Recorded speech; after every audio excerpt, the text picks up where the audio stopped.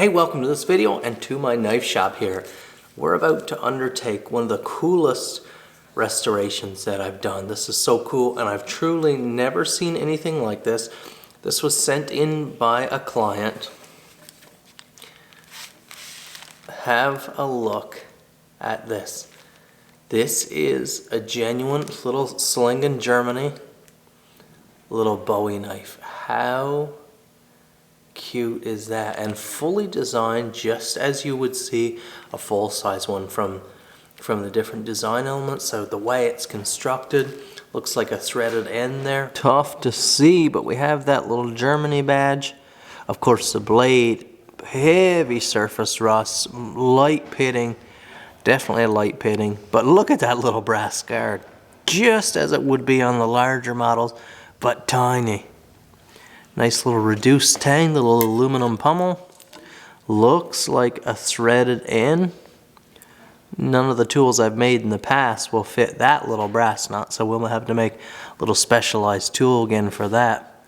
But we want this thing restored. It came with a leather stack handle. The client put the little pieces there if I wanted to use them or make fresh. But these look like beautiful little pieces. I think I'm gonna use them. Even the little spacers look fine. And even the little sheath constructed just as a larger one would be. But the client wants a new sheath. This one is cut up, torn up, busted apart. So we're gonna build a new sheath, a replica of this little thing. This is gonna be one awesome little restoration. Now it's loose enough, looks like we can take it off with our fingers, but we're definitely gonna need to build a tool to crank it back down when we're done. Look at that. That is a thing of beauty. My first step in a project like this is to always hit the piece with a wire wheel. Now this is a fine or a soft wire wheel. Bristles aren't harsh. It's not going to actually scratch the surface, but it does a wonderful job of hogging any material or residue out of all the pits on the knife and just cleaning it up, removing any like oxidation, anything of that orangey brown, to where you're left with just a nice piece of steel. Having a wire wheel like this can go a long ways. Then I'll hit it with a buffer, and we'll end up with a finish like you see here. Of course, we aren't removing material, so we don't remove pitting, but those pits are clean and the blade looks lovely. And I don't mind this pitting. Let me know down in the comments what you think.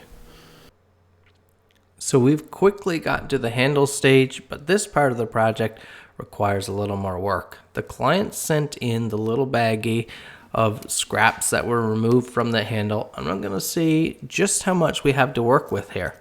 Do we have part of a handle, most of a handle? It's not likely that every piece will be usable. As you can see in the bottom left corner there, we have at least one piece that's been destroyed. So we're going to need to make up for at least that amount of spacing. But most of these pieces do seem to be okay. And if we can use them, if we can reuse an original piece, we certainly want to do that.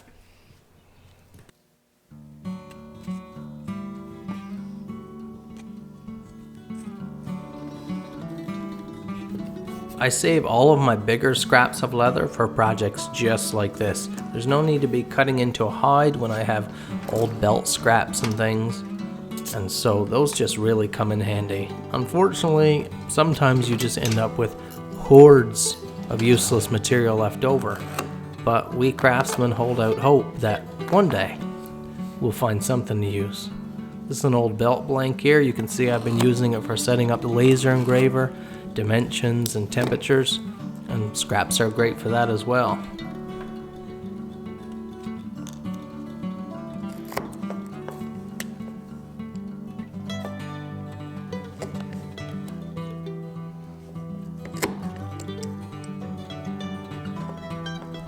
We're rough punching some holes through this blank. We don't want to cut it to size now because the chances of it fitting just that same profile are unlikely. We want to have lots of excess, as you can see here, and then trim it to shape and size after the handle's fitted up. I'm using a little bit of cyanoacrylate here, a little bit of brown so it disappears, But this is going to help just hold the handle all together so you don't get those individual little wobbling pieces. And then we'll put on that pommel, and that'll add the compression we need to push this leather together. I did use one of the tools that I previously made for those brass pommel nuts.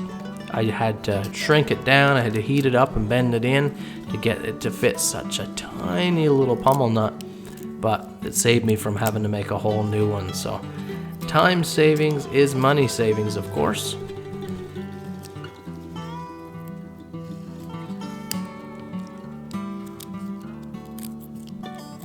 Now this next part is a little tough without a belt grinder, and you need a brand new, very sharp belt, or it won't remove leather, it will just burn the leather, and you don't want that. But a good sharp, this is a 60 grit here, a brand new belt. You'll be able to see in just a second just how easily we shave off material.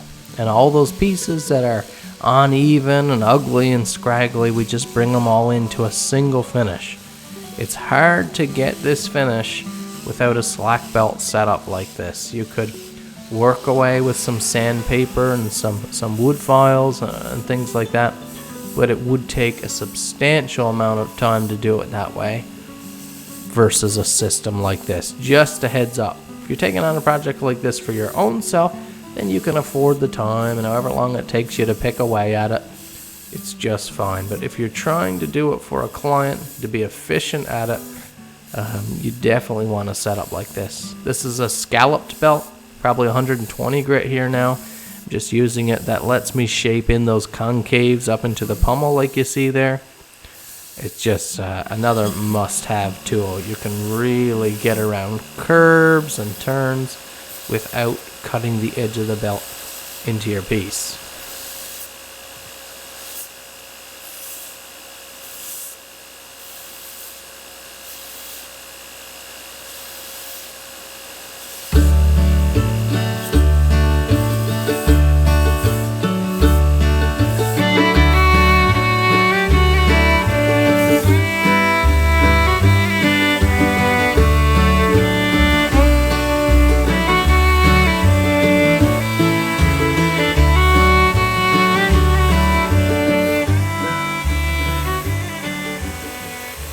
Final belt now, a 400 grit slack belt. As you can see, we still have that flatten removed, so that works very nicely on a rounded or convex surface like this. That aluminum is kind of difficult to get, but the buffer will help us just round out those facets and bring in a beautiful finish. And you'll be able to see in a moment, even leather, when you take it up to a high grit like that, it's a good hard firm leather. When you bring it up to a high grit on the sanding belt and buff it, it just takes out an incredible finish without any lacquers or varnishes or anything like that. This is just the natural leather finish sanded to a high grit and buffed. And look at the finish on that leather. Isn't that incredible? What a treasure. What an heirloom piece. Now let's get on to crafting a new sheath for this thing. We are going to craft a new sheath to be an identical replica of the original. No need to reinvent the wheel here. This original is a treasure. It's just worn, it's tired, the leather is breaking and cutting up. No need to create something totally new from scratch. We'll just work right off the pieces here and have a template. It's actually really nice. It's a luxury to have a piece to use as a template like this.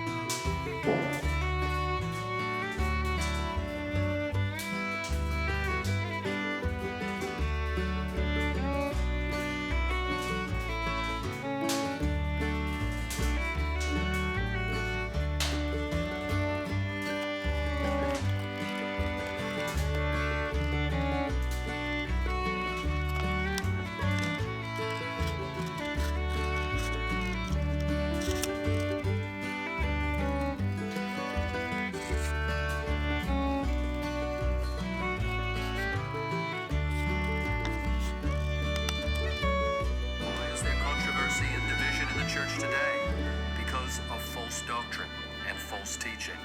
So even in these pastoral letters and ruling of the local church, Paul, we have seen, was a missionary, and where he went on his missionary journeys, he was engaged in the planting of churches. And when he would establish a church, such as in Ephesus, poignant expressions of personal concern and love for Timothy and the church that come from the pen of the apostle in the latter part of 2 Timothy. Now, in the pastoral epistles, we see again people who have read this particular list of qualifications or credentials for a bishop or for an elder in the local church had exhibited in their life before they passed on, and in a sense set them forth in a prominent way in almost an idealized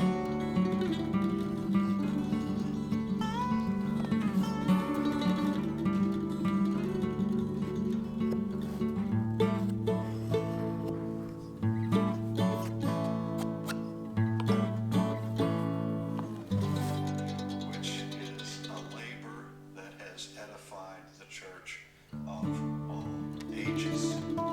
So God redirected the labor of John Mark and used him in a magnificent way as a blessing to the whole church. Now, having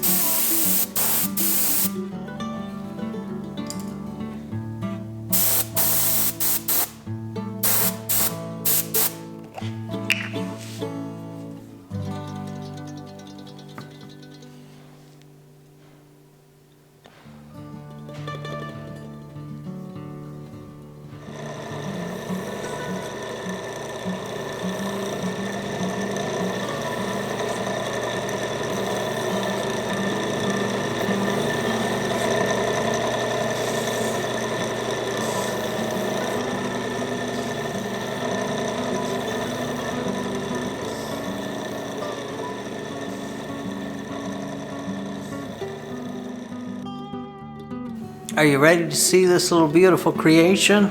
This restoration here? Look at that little treasure.